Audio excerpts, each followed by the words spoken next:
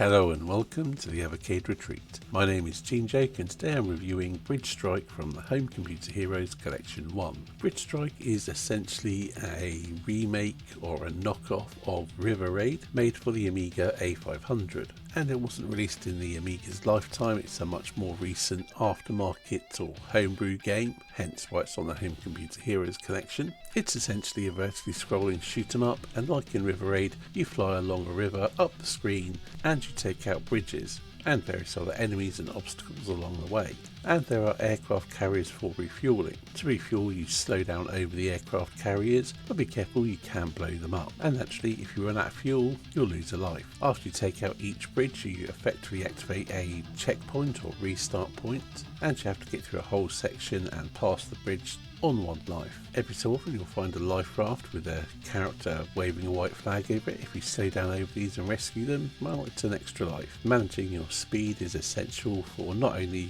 refueling and getting extra lives, but also for avoiding certain enemies. Also, it's worth noting that every, I think it's 100,000 points, or maybe it's 10,000, I can't remember off the top of my head, you will get an extra life. There are some sections where you can pick up an extra life, die before you get to the bridge, rinse and repeat that enough, farming points as you go, and you can farm lives in the process. Now, many people consider this to be an inferior knockoff of River Raid because it's not as randomised and the hit detection maybe isn't as tight as it could be, and the loading times on the Evercade are a bit on the slow side. Graphically, I think it is a very nice looking game. Everything is clear cut, it has a very distinct look to it. Yeah, I can't fault the graphics at all. And the music, again, matter of taste there, but I think it does have a really good soundtrack. Although if you do farm lives like I mentioned earlier, it can start to get a bit repetitive after a while. Overall, it is a good fun game. However, there are a couple of shortcomings as I mentioned. The lack of randomisation, as I mentioned,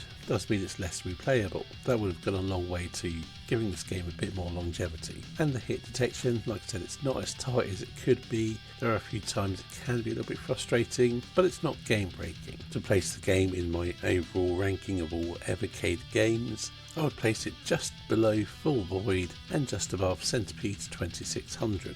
Well, that's it for this video. Thanks for watching, and I'll see you in the next one.